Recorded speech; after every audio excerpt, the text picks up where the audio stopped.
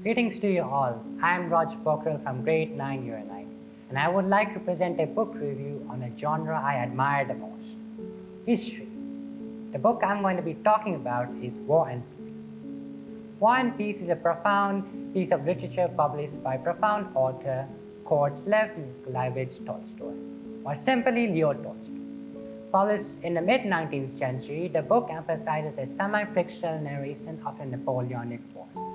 The book greatly centers around Napoleon's impact on the Russian nobility and the Tsarist regime, where Tolstoy mentions many of his own ideas and interpretation about Russian politics.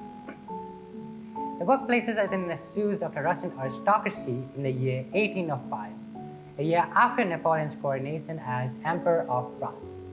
The Russian aristocracy is seen debating on whether to commemorate Napoleon's success or to rebuke his claim as emperor. Book 1 places us in the former Russian capital of St. Petersburg, where a ball event is organized by the attendant of Empress Maria Fedorova. This is where a majority of the characters of the book are introduced.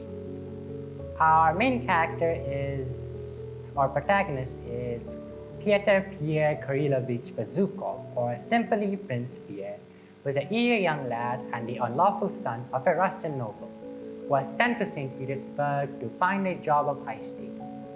He soon obliged to be the aide-de-camp for Field Marshal Mikhail Kutuzov for the upcoming Battle of Austerlitz. Book 2 marks a turning point for Pierre. His search for love and companionship brings him to murder and rebuke.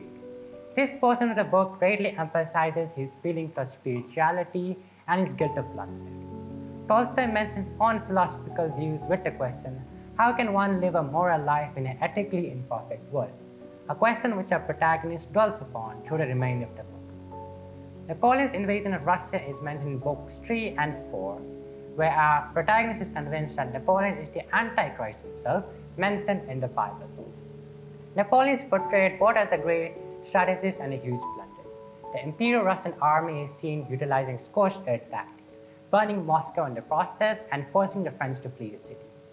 Here our protagonist dresses up as a serf and is sent to assassinate Napoleon. Even though his mission was unsuccessful, Russia came out victorious in the war. In the remainder of the book, Tolstoy mentions his own philosophical views about history. He believed that great historical events were the result of many smaller events, driven by the thousands of individuals involved. Tolstoy emphasized historical accuracy in his work. His close ties with the Tsar family enabled him to get in hand with many historical letters and documentation all the way from the Catherine era. Even the book was written 40 years after the Napoleonic Wars, a majority of the book's narrative is considered to be as historical. Tolstoy famously hated the concept of simplicity and minimalism. He often ridiculed the idea of Darwinism as being overly simple and defying human creativity, often calling it as covering a window with plaster, which subsequently made it useless. Tolstoy emphasized precision and complexity in his work, with his wife Sophia contributing in revising the book multiple times.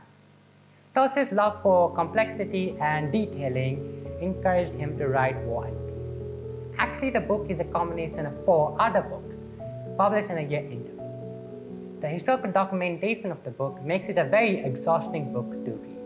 And personally, I myself have not come close to finishing it. I would not recommend this book to a casual reader, but if you are interested in books based on history and political history and philosophy, then this book might interest you.